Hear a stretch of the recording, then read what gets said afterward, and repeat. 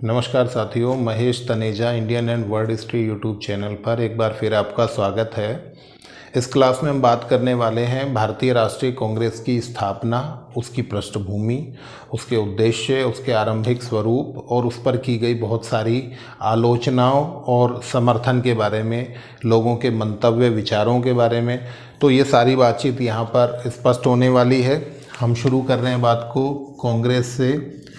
और भारतीय राष्ट्रीय कांग्रेस के बारे में इससे पहली क्लास में हम लोगों ने बताया कि किस तरह से राजनीतिक संगठन के रूप में लैंड होल्डर सोसाइटी से हम लोगों ने शुरू किया और 3 बड़े संगठन बन गए। अगर हम ब्रिटिश भारत में देखते हैं तो 3 प्रमुख क्षेत्र देखने को मिलते हैं, और वो 3 प्रमुख क्षेत्र कौन कौन से हैं? तो एक तो हम देखते हैं कि यहाँ पर बम्बई का क्षेत्र था, ये बंगाल का क्षेत्र और मद्रास का क्षेत्र। इन तीनों में मुख्य रूप से 3 संगठन बने। जैसे हम ये बात करें कि इंडियन एसोसिएशन की स्थापना की गई 1876 में। सुरेंद्रनाथ बनर्जी मुख्य भूमिका में आपको यहाँ पर दिखाई देते हैं। मद्रास की बात करें तो 1884 में यहाँ पर मद्रास महाजन सभा बनी। और यदि हम बम्बई के अंतिम संगठन के रूप में देखें तो बॉम्बे प्रेसिडेंसी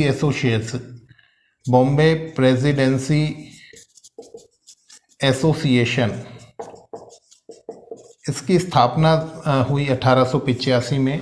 तो ये 3 प्रमुख संगठन है, और इन 3 प्रमुख संगठनों का ही आप कहेंगे संक्षेप सार या समन्वित स्वरूप आपको भारतीय राष्ट्रीय कांग्रेस की विचारधारा में देखने को मिल जाएगा।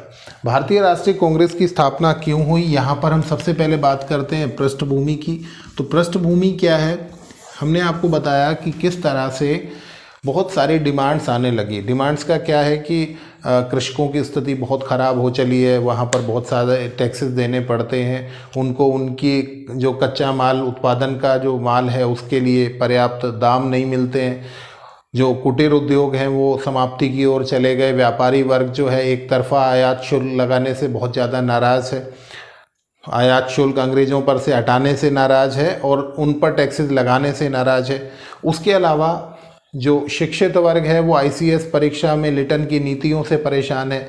आर्म्स एक्ट के द्वारा लिटन ने शस्त्रों पर, भारतीय लोगों के शस्त्र धारण पर, शस्त्र रखने पर प्रतिबंध लगा दिए। समाचार पत्र के जो संपादक हैं वो इस बात से नाराज़ हैं कि जन जागृति के लिए जो समाचार पत्र प्रकाशित किए जाते हैं तो उनकी जो स्थानीय भाषा के समाचार पत्र हैं उन पर बहुत सारे बाउंडेशंस लगा दिए गए वर्नाक्यूलर प्रेस एक्ट के द्वारा। तो ये वो पृष्ठभूमि है जिसके आधार पर एक बड़े संगठन की आवश्यकता महसूस की जाने लगी, और इस एक संगठन की स्थापना का श्रेय एक ऐसे व्यक्ति को दिया जाता है जो पृष्ठभूमि से एक रिटायर्ड पर्सन, एक अंग्रेज हैं, ए.ओ. ह्यूम ने जो इस संगठन की स्थापना की, इसके बारे में 2 तरह की विचारधाराएं मुख्य रूप से भारतीय इतिहासकारों के मन में रही। कुछ लोग तो ये मानते थे कि ए.ओ. ह्यूम इतने अच्छे आदमी हैं कि भारतीयों के लिए एक मजबूत संगठन चाहते थे, भारतीयों के दमन से बहुत परेशान थे। और जो दूसरा पक्ष है वो ये कहता है कि ए.ओ. ह्यूम जो है वो एक एजेंट के रूप में थे अंग्रेज़ों के, जिन्होंने एक सेफ्टी वाल्व के रूप में एक संगठन की स्थापना पर बल दिया, जिससे 1857 वाली स्थिति को दोबारा से प्रस्तुत नहीं किया जा सके। 1857 में जिस तरह का विद्रोह हुआ, अंग्रेज बहुत डरे हुए थे। वो चाहते थे एक ऐसा संगठन हो जिससे हमें पहले ही भारतीयों के आक्रोश के बारे में जानकारी प्राप्त हो जाए। तो इसलिए ए.ओ. ह्यूम के माध्यम से भारतीय राष्ट्रीय कांग्रेस की स्थापना की गई। तो ये 2 विचारधाराएं मुख्य रूप से निकल कर आती हैं, परंतु जो भी हो, यहाँ पर ये पृष्ठभूमि में हम जो देख पाते हैं वो भारतीयों के दमन और बुरी स्थिति के कारण ही एक ऐसे संगठन की मांग को बल दिया गया। और इसके सचिव के रूप में ए.ओ. ह्यूम ने बहुत लंबे समय तक काम किया। 1885 से लगभग 1906 तक ये इस संगठन के सचिव के रूप में दिखाई देते हैं। अध्यक्ष हर बार 1 वर्ष के लिए बनाया जाता था। दिसंबर के महीने में 1930-31 तक भी दिसंबर के महीने में इनका एक अधिवेशन होता था 3 दिन का, जिसमें विभिन्न समस्याओं पर डिस्कशन होते थे और मांगों को प्रस्तुत किया जाता था, प्रस्ताव प्रस्तुत किए जाते थे, और उसके माध्यम से सरकार के सामने, ब्रिटिश गवर्नमेंट के सामने विचार रखे जाते थे कि हमें ये डिमांड्स हैं हमारी, इनमें से आप कुछ डिमांड्स को पूरा कर लीजिए। तो ये एक कोशिश, एक प्रोसेस जो है वो कांग्रेस की स्थापना के साथ जुड़ा रहा। कांग्रेस शब्द के बारे में अगर मैं बात करूं तो कांग्रेस शब्द जो है वो मूल रूप से अमेरिका से हमने प्राप्त किया और इसका अर्थ होता है जन समूह, लोगों का समूह। और लोगों के इस समूह में आपको बता दें, जब पहला अधिवेशन हुआ था तो मात्र 72 लोग इसमें शामिल थे। और जब हम 1928-29 की बात करते हैं तो लगभग 1.5 करोड़ सदस्य थे इंडियन नेशनल कांग्रेस में। तो इसका मतलब ये सदस्य संख्या 72 से उस समय तक 1.5 करोड़ हो गई। इसका अभिप्राय ये है कि जनता का इस समूह में, लोगों के इस समूह में कांग्रेस में बहुत ज़्यादा विश्वास डेवलप हो गया और इसकी कार्यप्रणाली से लोग संतुष्ट थे। और यूँ कहिए कि भारतीय स्वतंत्रता संग्राम का पर्याय ही ये भारतीय राष्ट्रीय कांग्रेस हो गई। ठीक है, तो आपको ये नाम से पता लगा, पृष्ठभूमि हमको यहाँ पर पता लग गई। और यहाँ मैं जिक्र करना चाहूँगा एक और मुद्दे का जिसने भारतीयों को बहुत ज़्यादा उद्वेलित किया था। आपको पता है 1883-84 में एक इल्बर्ट बिल विवाद हुआ और इस इल्बर्ट बिल विवाद से भारतीयों को बड़ा आहत हुआ, बड़ी चोट पहुंची। यहाँ पर रिपन के टाइम में ये एक डिस्कशन आया था कि भारतीय न्यायाधीश भी यूरोपियों के मामलों पर अपनी जजमेंट दे सकते हैं, अर्थात भारतीय न्यायाधीशों के सामने भी यूरोपियों के मामले जो है वो सुनवाई के लिए लाए जा सकते हैं। हालांकि इसका बड़ा विरोध हो गया और जब ये विरोध हुआ तो भारतीयों को ये समझ में आया कि उनकी स्थिति कहीं पर भी अंग्रेज़ों के समकक्ष नहीं है, वो उनके बराबर किसी भी स्तर पर नहीं है। और पूरी तरह से अंग्रेज़ इस बात को मान बैठे हैं कि भारत एक गुलाम देश है और भारतीयों को स्वतंत्र होने का कोई अधिकार नहीं है, स्वतंत्रता की बात करने का भी अधिकार नहीं है। तो ये भी एक बहुत बड़ा कारण रहा, क्योंकि उस समय ये एक ज्वलंत मुद्दा था। तो इस वजह से भी कांग्रेस की स्थापना को बल मिला। इसके अलावा इन 3 प्रेसिडेंसीज में अगर हम बात करें तो बड़ा जागरूकता का सा माहौल दिखाई देता है और इस वजह से इस जागरूकता को कन्वर्ट किया गया एक संगठन के रूप में एओ ह्यूम के द्वारा। ठीक है, अब देखें कि जो कांग्रेस की स्थापना बम्बई में की गई 1885 में, उनका मूल उद्देश्य क्या था। अगर हम बात ये करते हैं कि मूल उद्देश्य क्या था, तो जनमानस को जागरूक करना, शिक्षित करना, प्रशिक्षित करना, जनमत का निर्माण करना, ये सारी की सारी थॉट जो है ये उद्देश्य के रूप में हम कह सकते हैं। और अगर आपसे ये कहा जाए कि कांग्रेस के दूरगामी लक्ष्य क्या थे, तो अगर आप देखेंगे तो सारे के सारे वर्गों के लिए इनके पास कुछ प्लानिंग्स हैं, इनके शुरू में कुछ टारगेट्स हैं जिसके आधार पर कांग्रेस अपनी कार्यप्रणाली को अंजाम देना चाहती है। जैसे मैं किसानों की बात करूं तो किसानों के लिए उनके सिंचाई के साधनों की व्यवस्था की जाए, कृषक बैंकों की स्थापना की जाए, मज़दूरों के लिए आवर्स ऑफ ड्यूटी तय किए जाएं, उनके अधिकारों को संरक्षण दिया जाए, मज़दूरों को न्यूनतम मजदूरी प्रदान की जाए।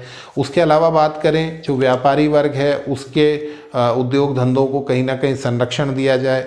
जो न्याय प्रणाली है, खर्चीली न्याय प्रणाली है अंग्रेज़ों की, उसको रोकने की कोशिश की जाए, इतना ज़्यादा खर्च वहाँ पर नहीं किया जाए और न्याय जो है वो आम आदमी के लिए सुलभ हो सके, इस तरह की बात। कार्यपालिका और न्यायपालिका को अलग करने की बात, और भारतीयों के प्रतिनिधित्व को कहीं ना कहीं जो प्रांतीय विधानमंडल थे या केंद्रीय विधानमंडल है तो वहाँ पर भारतीयों की जो स्थिति है उसको मजबूत करना, उनके प्रतिनिधित्व को बढ़ाना, बजट पर भारतीयों को प्रश्न पूछने का अधिकार मिलना चाहिए, उनको पूरक प्रश्न पूछने का अधिकार मिलना चाहिए, उनको प्रतिनिधिमंडलों में एक प्रॉपर स्थान मिलना चाहिए। तो ये सारी की सारी डिमांड्स हैं। ये मैं कहूँगा कि ये दूरगामी लक्ष्य हैं जिसको लेकर कांग्रेस ने अपना आरंभिक पड़ाव शुरू किया। और इस आरंभिक पड़ाव के साथ ही जो ब्रिटिश विदेश नीति है उसकी इन्होंने आलोचना की कि जो आप नीति अपनाते हैं कि आप पूर्वोत्तर में, पश्चिम में आप जो अपने आप को विस्तृत करते जा रहे हैं, बढ़ाते चले जा रहे हैं, उस तरह की नीतियों का भी यहाँ पर कांग्रेस विरोध करने की स्थिति में है और ये उनके दूरगामी लक्ष्यों में शामिल है। अब कांग्रेस की स्थापना हो गई और मैं वो सारा डिस्कशन फैक्चुअल बाद में करूँगा कि किस तरह से कौन कौन से अधिवेशन में किसने अध्यक्षता की। परंतु उस पृष्ठभूमि की बात जरूर करूंगा जहां से कांग्रेस की स्थापना को अंग्रेज किस नज़र से देखते हैं, नरम दल वाले किस नज़र से देखते हैं और गरम दल वाले किस नज़र से देखते हैं। तो मैं यहाँ पर 3 स्टेप्स बनाने की कोशिश करूँगा। यहाँ पर अंग्रेज़ों की क्या ओपिनियन रहने वाली है कांग्रेस के बारे में, यहाँ पर मैं बात करूँ कि नरम दल इसके बारे में क्या सोचता है और इसकी आलोचना करने वाला गरम दल इसके बारे में क्या विचार रखता है। तो आरंभिक तौर पर यदि हम देखें तो अंग्रेज़ों के द्वारा कांग्रेस की स्थापना खुद कराई गई ए.ओ. ह्यूम के माध्यम से, और उस समय जो वायस राय थे वो थे लॉर्ड डफरिन, और लॉर्ड डफरिन ने ह्यूम को इस तरह से नियुक्त किया था कि वो चाहते थे कि ये सुरक्षा वाल्व के रूप में काम करे। सुरक्षा वाल्व का मतलब जैसे हम यूँ समझें एक कुकर होता है, प्रेशर कुकर जिससे खाना पकाते हैं, तो यदि उस प्रेशर कुकर में से हम सीटी को रिलीज़ कर देते हैं तो वो गैस निकल जाती है और कुकर फटने से बच जाता है। लगभग वही स्थिति तड़ित चालक के रूप में, सेफ्टी वाल्व के रूप में, अर्थात जो आक्रोश है वो धीरे धीरे निकलता रहे, उसको निकाल दिया जाए कि कुकर फटे नहीं, अर्थात एक बड़ा विद्रोह नहीं हो जाए अंग्रेज़ों के खिलाफ। अंग्रेज इस बात से डरते हैं और इस तरह के जो संगठन बन गए हैं उनसे उनमें कहीं ना कहीं भय की स्थिति है, और वो चाहते हैं कि वो उनके फेवर का एक संगठन बनवा लें जिसके माध्यम से भारतीयों के आक्रोश को वो उस समय ही जान लें और थोड़ी सी उनकी मांगों को मान लें, जिससे कि बहुत बड़ा विद्रोह 1857 जैसा विद्रोह पुनः अस्तित्व में नहीं आए। तो ये यहाँ पर एक कोशिश रहेगी और अंग्रेज़ों ने ही इसका निर्माण कराया है, ये बिल्कुल स्पष्ट सी बात है डफरिन के माध्यम से। ठीक है, इस चीज़ को अगर मैं लाला लाजपत राय की लैंग्वेज में ले जाकर बात करूं तो लाला लाजपत राय ने कहा था कि कांग्रेस जो है वो डफरिन के दिमाग की उपज है। डफरिन के दिमाग की उपज है, किसने कहा? लाला लाजपत राय ने कहा। और यहाँ पर लाला लाजपत राय की 2 परिभाषाएं और मैं जब कहूँगा तो आपको बता दूं, उससे बहुत सारी चीज़ें निकल कर आ जाएंगी। यहाँ पर ये कहते हैं कि जो ह्यूम है वो इन्हें ह्यूम को निर्दोष मानते हैं कि ह्यूम जो है वो स्वतंत्रता के उपासक थे और उनका हृदय भारतीयों की दुर्दशा पर रोता है। किसने कहा? लाला लाजपत राय का मत है कि ह्यूम जो है वो स्वच्छ छवि के व्यक्ति हैं, डफरिन एक खराब व्यक्ति हैं, और ह्यूम का जो उद्देश्य है वो भारतीयों के लिए पूरी तरह से सकारात्मक है। वो चाहते हैं कि भारत के लोगों को नागरिक अधिकार मिलने चाहिए। तो ये लाला लाजपत राय की विचारधारा है। हालांकि वो शुरू की जो कार्यप्रणाली रही कांग्रेस के लोगों की, उससे वो इतने असंतुष्ट हुए कि उन्होंने एक लाइन में ये भी कहा था कि ये अवसरवादिता का एक आंदोलन है। कांग्रेस के बारे में लाला लाजपत राय ने क्या कहा कि ये अवसरवादिता का एक आंदोलन है, और बिल्कुल अवसरवादिता है कि लोग अपने अपने कार्यों को अंजाम दे रहे हैं, अपने लाभ को देख रहे हैं। यहाँ पर इनकी बात को मैं थोड़ा सा डिस्कस करना चाहूँ तो आपको ये बता दें कि कांग्रेस में जो आरंभिक तौर पर लोग हैं वो कौन है। आरंभिक तौर पर कांग्रेस के जो लोग हैं वो एक तो है मध्यम वर्ग जो शिक्षित वर्ग है, और इसी के साथ उच्च व्यापारी वर्ग।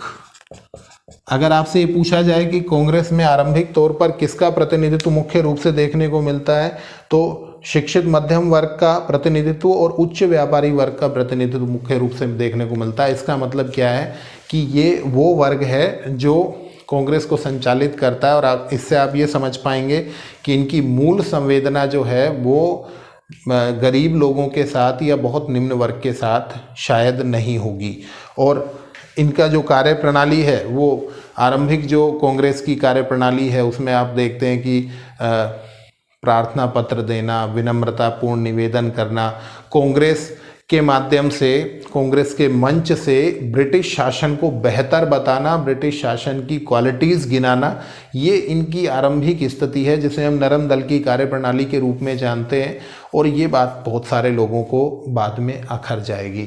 तो अंग्रेज़ों ने क्या कहा है वो यहाँ पर आपको समझ में आ रहा होगा कि अंग्रेज़ों की मूल थॉट को यहाँ लाला लाजपत राय स्पष्ट कर रहे हैं कि डफरिन बेकार आदमी है, ह्यूम का हृदय भारतीयों के लिए बड़ा विचलित होता है, ह्यूम अच्छे व्यक्ति हैं। और अगर मैं यहाँ पर कूपलैंड की एक परिभाषा के माध्यम से बात को स्पष्ट करने की कोशिश करूँ तो कूपलैंड ने ये कहा है कि कांग्रेस की जो स्थापना हुई थी वो आरंभिक तौर पर ये कहीं पर भी कांग्रेस जो है वो अंग्रेज़ों के शत्रु नहीं है, अंग्रेज़ों के शत्रु नहीं है, ये अंग्रेज़ों के मित्र के रूप में इन्होंने स्टार्ट किया था। अर्थात शुरू में अंग्रेज़ों को लगता है कि एवरीथिंग इज़ फाइन और ये संगठन जो बन गया है ये हमारे लिए फेवरेबल होगा, हमारे काम आएगा। कुछ लोगों ने डफरिन की आलोचना की, इंग्लैंड से भी काफ़ी सारे क्वेश्चंस आए कि भैया भारतीयों के लिए एक संगठन बनाने की आपको क्या आवश्यकता पड़ गई थी। तो डफरिन ने उसके जवाब में ये कहा था कि ये अल्पसंख्यक भारतीयों का एक सूक्ष्म संगठन है। क्या कहा डफरिन ने? इन्होंने कहा, डफरिन की परिभाषा को मैं यहाँ डिस्कस कर रहा हूँ आपसे, कि डफरिन ने कहा कि ये अल्पसंख्यक भारतीयों का एक सूक्ष्म संगठन है। सूक्ष्म संगठन मतलब छोटा सा संगठन है, 72 लोग हैं, थोड़े से लोग शामिल होंगे और इसका हम पर कोई प्रभाव पड़ने वाला नहीं है। किसने कहा? डफरिन ने कहा। इनको नहीं पता था कि 72 किसी दिन 1 करोड़ 2 करोड़ तक पहुंच जाएंगे। तो डफरिन अपने आप को आत्मतुष्टि और दूसरों को जवाब देते हुए इस तरह से एक संगठन बनाकर संतुष्ट हैं, उनको कोई प्रॉब्लम नहीं है। हालांकि जब संगठन बन गया और डफरिन को ये लगा कि ह्यूम जो है वो भारतीयों के लिए डिवोटेड है। मज़े की बात यह है कि ह्यूम भारतीयों के लिए ज़्यादा डिवोटेड दिखाई दिए, तो इसी डफरिन की एक परिभाषा बहुत महत्व रखती है। इन्होंने ये कहा ह्यूम जो है वो धूर्त है और बेईमान है। ये लाइन इन्होंने डेवलप की। डफरिन ने खुद कहा कि जो ह्यूम है वो धूर्त हैं, चालाक हैं, बेईमान हैं और इसका मतलब ये है कि जिस उद्देश्य जिस लक्ष्य से इन्होंने ह्यूम को ग्राउंड पे उतारा था, ह्यूम उसके खिलाफ काम कर रहे हैं। वो अंग्रेज़ों के पक्ष में कम है, वो भारतीयों के पक्ष में ज़्यादा है। इसका मतलब इनको लगने लगा कि कहीं ना कहीं जो हमने किया है वो गलत दिशा में चला गया। और मैं इसी बातचीत को थोड़ा और आगे ले जाकर बात करूं तो आप लोग देखेंगे कि जो लॉर्ड कर्जन भी हैं, तो कर्जन को भी ये लगता है, जिन्होंने बंगाल का विभाजन किया, लॉर्ड कर्जन से पूछा गया था कि भैया कांग्रेस के बारे में आपका क्या ओपिनियन है। और उस समय कांग्रेस में बड़ी कंट्रोवर्सी चल रही थी, नरम दल और गरम दल के बारे में शुरुआत हो गई थी उस विवाद की। 1900 में इन्होंने ये कहा, सन 1900 में, कि जो कांग्रेस है वो पतन के कगार पर खड़ी है और मेरा बड़ी तमन्ना है कि मैं उसमें सहयोग करूं। अर्थात कांग्रेस समाप्त हो जाएगी। इनको ऐसा लगता था कि ये संगठन धीरे धीरे मेल्ट हो जाएगा, समाप्त हो जाएगा। इनको ये नहीं पता था कि ये कांग्रेस अपने आप में एक बहुत बड़ी समस्या के रूप में इनके सामने आकर खड़ी हो जाएगी और कांग्रेस का जो ये संगठन है वो इतना बड़ा हो जाएगा कि ये भारतीय स्वतंत्रता संग्राम की पहल करेंगे, नेतृत्व करेंगे। तो यहाँ पर कर्जन की परिभाषा भी आपके लिए महत्व रखती है और अंग्रेज़ों की जो ओपिनियन है वो आपको यहाँ पर समझ में आ रही होगी। यहाँ मैं एक बात और भी करना चाहूँगा कि ये अंग्रेज जो चाहते हैं, अब केवल वो इससे ये नहीं है कि कांग्रेस से असंतुष्ट हैं, वो कांग्रेस के खिलाफ संगठन बनाने की दिशा में भी चले गए हैं। और आपको बताऊं, इन्होंने असंतुष्ट लोगों को ढूंढा और असंतुष्ट लोग जैसे सर सैयद अहमद खां के बारे में थोड़ा सा डिस्कशन मैंने पहले भी किया था, आप लोग भी जानते होंगे इतना सा, कि सैयद अहमद खां जो हैं वो शुरू में भारतीयों में हिंदू और मुसलमानों की एकता के पक्षधर थे। इन्होंने ये कहा कि हिंदू और मुसलमान एक ही दुल्हन की दो आंखें हैं। बाद में इन्होंने विलियम हंटर की एक पुस्तक इंडियन मुसलमान के आधार पर यह कहा कि 1857 की क्रांति में ज़्यादा दमन किसका हुआ? मुसलमानों का हुआ। इसका मतलब हिंदुओं को कोई लॉस नहीं है, मुसलमानों को ज़्यादा लॉस हो रहा है और कहीं ना कहीं हिंदू मुसलमानों को यूज़ कर रहे हैं। और सैयद अहमद खां कांग्रेस जैसे संगठनों के बहुत बड़े विरोधी थे और अंग्रेज़ों ने क्या किया, सर सैयद अहमद खां और इसके अलावा बनारस के एक राजा थे शिव प्रसाद, इन दोनों को इतना उकसाया, इतना ज़्यादा प्रमोट किया कि इन लोगों ने कांग्रेस के खिलाफ संगठन बना दिया। आप लोग समझ रहेंगे कि कांग्रेस से अब अंग्रेज भयभीत हैं और कांग्रेस के खिलाफ संगठन बनाने की दिशा में इन्होंने काम किया। और उस संगठन का नाम मैं आप लोगों से डिस्कस कर लूँ, संयुक्त भारतीय राष्ट्रवादी संगठन, संयुक्त भारतीय राष्ट्रवादी संगठन बनाया। और किसने बनाया? इन लोगों ने बनाया। और बनवाने वाले कौन थे? तो वो अंग्रेजी थे। इसको इंग्लिश नेम और पूछ लिया जाता है, United Indian patriotic association, United Indian patriotic association. तो इस तरह के संगठन तक बनवाए हैं अंग्रेजों ने। तो इसका मतलब अंग्रेज बाद में कांग्रेस की कार्यप्रणाली से भयभीत दिखाई देते। तो ये कांग्रेस की स्थिति अंग्रेजों की नज़र में आपके सामने आ गई होगी। नरम दल वालों की जो कार्यप्रणाली है वो बहुत सीधी सीधी सी है कि वो निवेदन से काम चलाएंगे, वो ब्रिटिश शासन का समर्थन करेंगे, वो उनकी प्रशंसाएं करेंगे, वो ये कहेंगे कि सब कुछ ठीक है और हमारा यही तरीका है। और ऐसा नहीं है कि अगर आप आरंभ देखेंगे तो उस आरंभ में इनके जो कोशिशें हैं वो बिल्कुल ठीक है। मैं यहाँ पर गोपाल कृष्ण गोखले की एक परिभाषा को ही डिस्कस करना चाहूँगा मुख्य रूप से। गोपाल कृष्ण गोखले ने ये कहा था कि कांग्रेस के संगठन की जो जब डिस्कस किया जाएगा, जब उसका विश्लेषण किया जाएगा तो हमारी आरंभिक उपलब्धियां जो हैं वो न्यून दिखाई देंगी। गोपाल कृष्ण गोखले कहते हैं हमारी आरंभिक उपलब्धियां न्यून दिखाई देंगी और जब विश्लेषण किया जाएगा तो ये बड़ा निराशावादी सा लगेगा कि हमने केवल इतना सा प्राप्त किया। पर सच ये है कि वो जो दौर था वहाँ पर इतना भी प्राप्त करना अपने आप में एक बहुत बड़ी उपलब्धि था, क्योंकि अंग्रेज भारतीयों के लिए कुछ भी छोड़ने को तैयार नहीं थे, उनको किसी तरह की रियायतें देने को तैयार नहीं थे। और एक आरंभिक तौर पर संगठन को मजबूत करने की दृष्टि से, जनमानस को तैयार करने की दृष्टि से वो न्यून उपलब्धियां भी अपने आप में बड़ा महत्व रखती हैं। तो नरम दल वालों की ये थॉट आपको बिल्कुल स्पष्ट दिखाई दे जाएगी। नरम दल के नेता हम लोग जानते हैं, गोपाल कृष्ण गोखले हैं, फिरोज शाह मेहता हैं, तो इन लोगों का बड़ा योगदान रहा। अब गरम दल वालों की गर्मी देख लेते हैं कि वो कांग्रेस की कार्यप्रणाली से असंतुष्ट किस प्रकार से हैं। मैं यहाँ पर बात करूँ सबसे पहले गरम दल वालों के महानायक की, तो यहाँ आपको तिलक के बारे में बात करते हैं। तिलक ये कहते हैं कि जो कांग्रेस का सिस्टम है वो ठीक नहीं है। सिस्टम क्या कि 3 दिन का अधिवेशन होता है वर्ष के अंत में, वहीं पर सब कुछ डिस्कस हो जाता है, उसके बाद किसी की कोई मुलाकात नहीं है, कोई प्रोग्रेसिव थॉट नहीं है। तो तिलक ये कहते हैं कि यदि हम मेंढक की तरह वर्ष में एक बार टर्राएंगे तो हमें कुछ भी प्राप्त होने वाला नहीं है। और उन्होंने ये तक कह दिया कि ये जो कांग्रेस के जो अधिवेशन होते हैं ये सर्दी की छुट्टियों का क्या है, केवल एक मनोरंजन। बोले जो अवकाश है उसका मनोरंजन है, 3 दिन का जो अधिवेशन है उसका कोई महत्व नहीं है, और वर्ष में मेंढक की तरह एक बार टर्राएंगे तो हमें कुछ भी प्राप्त होने वाला नहीं है। यहीं पर हम बात कर लेते हैं और लोगों की भी, जैसे विपिन चंद्र पॉल के बारे में बात की जाती है, लाल बाल पाल के बारे में जैसे हम बात करते हैं, तो इन्होंने कांग्रेस को याचना संस्था कहा।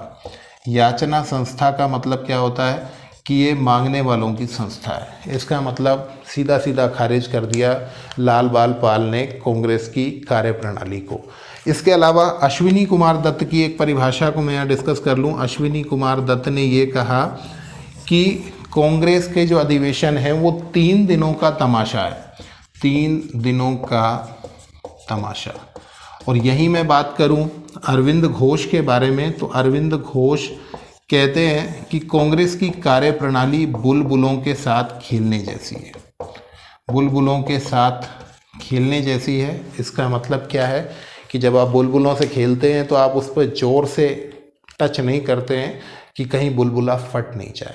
कांग्रेस के जो आरंभिक उदारवादी लोग हैं, जो नरम दल के लोग हैं, वो ब्रिटिशर्स को अपनी बात इतनी ज़्यादा सॉफ्टली कह रहे हैं, उनको डर लगता है कि संगठन हटा नहीं दिया जाए, इस कांग्रेस को विघटित नहीं कर दिया जाए, तो बुलबुलों के साथ बड़ा सॉफ्टली वो खेलने वाला कार्यक्रम दिखाई देता है। तो अरविंद घोष बुलबुलों के साथ खेलने जैसा बताते हैं कांग्रेस की कार्यप्रणाली को। और यदि मैं बंकिम चंद्र चटर्जी एक बहुत महत्वपूर्ण व्यक्ति हैं, बंकिम चंद्र चटर्जी की परिभाषा को यहाँ डिस्कस करूँ तो उन्होंने ये कहा कि कांग्रेस के जो लोग हैं वो पदों के भूखे हैं। पदों के भूखे हैं, कांग्रेस के लोग पदों के भूखे हैं। किसने कहा? बंकिम चंद्र चटर्जी ने कहा। तो आपको विरोध दिखाई दे रहा होगा। तिलक कह रहे हैं मेंढक की तरह एक बार टर्राएंगे तो कुछ नहीं मिलेगा। विपिन चंद्र पाल सीधा सीधा याचना संस्था कह रहे हैं। अश्विनी कुमार दत्त 3 दिनों का तमाशा कहते हैं इनके अधिवेशन को। और अरविंद घोष कहते हैं कि इनकी कार्यप्रणाली बुलबुलों के साथ खेलने जैसी है। और बंकिम चंद्र चटर्जी ने कहा कि ये पदों के भूखे हैं, कांग्रेस के लोग पदों के भूखे हैं। तो इसका मतलब गरम दल वालों ने बिल्कुल पूरी तरह से कांग्रेस के संगठन को खारिज कर दिया। और हम लोग जानते हैं कि 1907 में ये साथ छूट ही गया, जब गरम दल और नरम दल का विवाद बढ़ा और कह दिया कि एक दूसरे की सूरत हम नहीं देखेंगे, सूरत में इस तरह का फैसला हुआ। तो ये सारी बातचीत ये बताती है कि कांग्रेस का आरंभिक संगठन जो था वो ज़्यादा ही अनुनय विनय पर था, बाद वाला ज़्यादा आक्रामक था। और जब महात्मा गांधी आएंगे तो दोनों चीज़ों को कहीं ना कहीं वो यूज़ करते हुए अपनी अहिंसा और सत्य के उस संगठन को आगे ले जाकर एक मजबूत कांग्रेस का आधार स्तंभ तैयार करेंगे। ठीक है, तो ये यहाँ पर आपको गरम दल वालों की कुछ परिभाषाएं, कुछ विचारधाराएं आपको यहाँ देखने को मिल गई। और यदि मैं ये कहूँ कि सैयद अहमद खां क्या कह गए, तो सैयद अहमद खां ने कहा कि जो कांग्रेस है ये जन प्रेरित नहीं है। जन प्रेरित नहीं है इसका मतलब जनता का इनको समर्थन प्राप्त नहीं है। और इसके अलावा ये सारा का सारा प्रोग्रामिंग जो है इनका ये योजनाबद्ध भी नहीं है। तो कांग्रेस की पूरी कार्यप्रणाली, कांग्रेस के पूरे संगठन पर कुठाराघात किया सर सैयद अहमद खान ने। तो ये भी हमको यहाँ पर जान लेना है। तो अंग्रेज़ों की क्या स्थिति रही हम समझ गए। अंग्रेज़ शुरू में इसके समर्थक हैं, उसके बाद विरोधी हैं, इनके विरोध में संगठन तक बनवाए हैं। नरम दल की कार्यप्रणाली बहुत ज़्यादा सॉफ्ट रही, जिसका विरोध गरम दल वालों ने किया। और कांग्रेस का विभाजन तक हमने देखा। और बाद में किस तरह से वापस इसको संगठित किया गया, तिलक और एनी बेसेंट ने दोनों को एक साथ रखा। और फिर गांधी ने कहीं ना कहीं पूरे भारत में कांग्रेस की स्थिति को बेहतर बनाने में मुख्य भूमिका निभाई। तो ये सारी बातचीत यहाँ से निकल कर आ जाती है। और हम जब कांग्रेस के इस सारे संगठन को देखें और इनके स्तर को देखें तो हम इनकी प्रारंभिक उपलब्धियों को और देख लेते हैं। मैंने आपको बताया कि हम सारे के सारे जो अधिवेशन है महत्वपूर्ण, उनकी सारों की बात करने वाले हैं। फिलहाल आपको बताएं जो आरंभिक कांग्रेस का संगठन था उसकी उपलब्धियां क्या थी। तो एक तो ये कि इन्होंने 1886 में लोक सेवा आयोग का गठन करा लिया। ये एक बड़ा जिसे कहते हैं कि महत्वपूर्ण मुद्दा था। लोक सेवा आयोग का गठन किसके प्रयासों से? तो कांग्रेस के प्रथम प्रयासों से ये हुआ। उसके अलावा एक वेलबाई आयोग गठित किया गया कांग्रेस के प्रयासों से ही। और वेलबाई आयोग जो था वो भारतीय व्यय की समीक्षा से संबंधित था कि भारतीयों का जो पैसा है वो कहाँ पर खर्च होता है। इस संबंध में अब तक अंग्रेज़ों की कोई जवाबदेही नहीं थी, या यूँ कहिए कि फ्रंट में कुछ आता ही नहीं था कि वो क्या कर रहे हैं, पैसा कहाँ आ रहा है, कैसे जा रहा है, क्या हो रहा है। तो उस भारतीय व्यय की समीक्षा के लिए एक वेलबाई आयोग गठित किया गया। और ये कांग्रेस की प्रारंभिक उपलब्धियां थी जो कालांतर में बड़ा प्रभाव रखती हैं। ठीक है, और 1886 ही वो वर्ष था जहाँ पर जो ये सारे के सारे संगठन हमने डिस्कस किए थे, उन सारे संगठन जो है वो सारी नदियों के रूप में एक महासमुद्र में कांग्रेस में आकर समाहित हो गए। और कांग्रेस आगे चलकर एक मजबूत संगठन के रूप में दिखाई देती है। और जब हम बात करें कि कांग्रेस की क्या भूमिका रही भारतीय स्वतंत्रता संग्राम में, तो नेक्स्ट क्लास से हम उस बातचीत को जारी रखने वाले हैं। और स्वतंत्रता संग्राम पढ़ते हुए हम उसकी मुख्य जो स्थितियां हैं, कांग्रेस के स्वरूप में क्या परिवर्तन हो गया, कैसे वो राजनीतिक संगठन से लेकर एक पार्टी के रूप में डेवलप हो गई, वो सारी बातचीत हम आगे कंटिन्यू करने वाले हैं। फिलहाल आपको कांग्रेस की पृष्ठभूमि, इन परिभाषाओं से अवगत होना है जो आपकी परीक्षा की दृष्टि से, आपके रिटर्न एग्जाम की दृष्टि से बहुत महत्वपूर्ण हो जाएगा। ठीक है, जुड़े रहिए Mahesh Taneja Indian net world history YouTube channel से। बहुत सारा धन्यवाद।